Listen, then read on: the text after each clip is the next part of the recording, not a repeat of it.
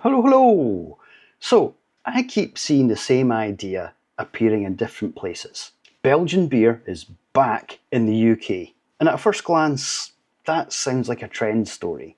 Something's gone out of fashion and come back again. But the more you look into it, the less accurate that framing becomes.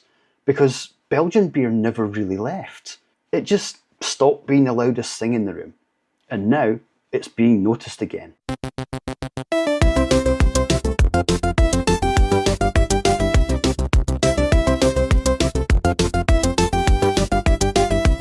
It's Monday, don't groan, don't fear. The Beard and Beer blog bloke is here. Talking nonsense, beard on show. Grab a brew and watch him go. So let's start with the headline version. UK venues are reportedly listing more Belgian beers again. Imports are seeing renewed attention. And classic styles, Trappist ales, triples, fruit lambics are appearing more frequently in modern beer spaces.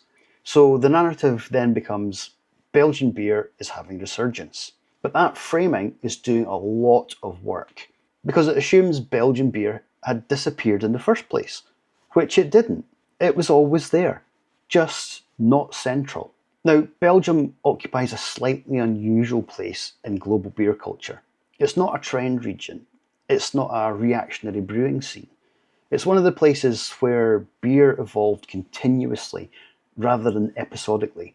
You've got Trappist monasteries producing beer for centuries, farmhouse saison traditions, spontaneous fermentation in lambic production, and strong golden ales with highly controlled yeast character. But crucially, none of this was built around novelty. It was built around community, which is why Belgian beer often feels different, not louder, not experimental, just structurally different. Modern beer trends, especially in the UK and the US, have been heavily shaped by acceleration. New hops, new styles, new hybrids, constant iteration. In that environment, Belgian beers feel almost static, not because it is static, but because it isn't trying to evolve at the same speed. It evolves slowly, if at all. And in a trend-driven market, anything that doesn't constantly change can get labelled as traditional or old-fashioned, even when it isn't. To understand the current movement, you have to go back a bit. The craft beer boom switched attention dramatically, especially in the UK and US. Suddenly, beer became experimental, highly aromatic, visually striking, and constantly being reinvented. And Belgian beer, while respected, stopped being the centre of attention, not because it declined in quality, but because attention moved elsewhere. And attention is what defines trend status more than anything else.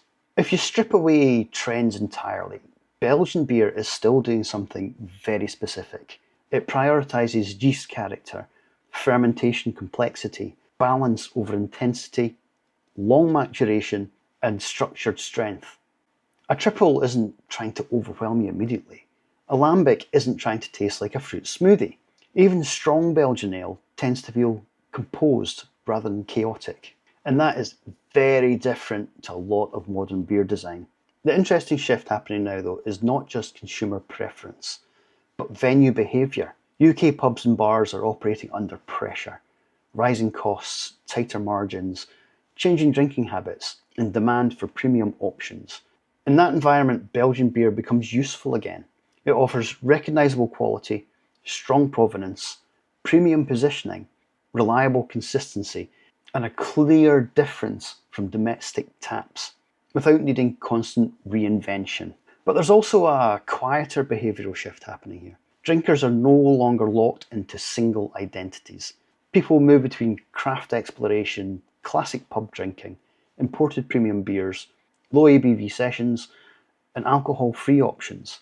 Belgian beer fits into this as a stability point. It doesn't demand education, it doesn't rely on hype.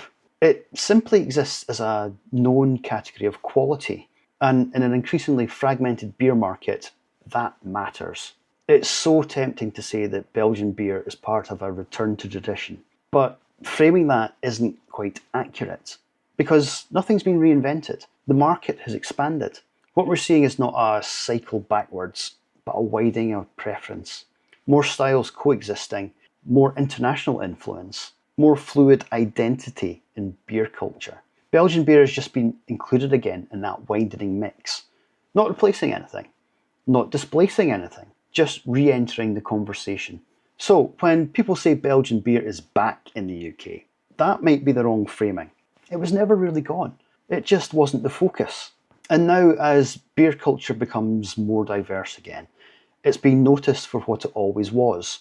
Not a trend, not a reaction, but a parallel system of brewing tradition that never stopped operating.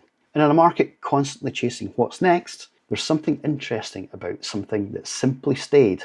And I think that is the real story here. Not that Belgian beer returned, but we finally look back at it again.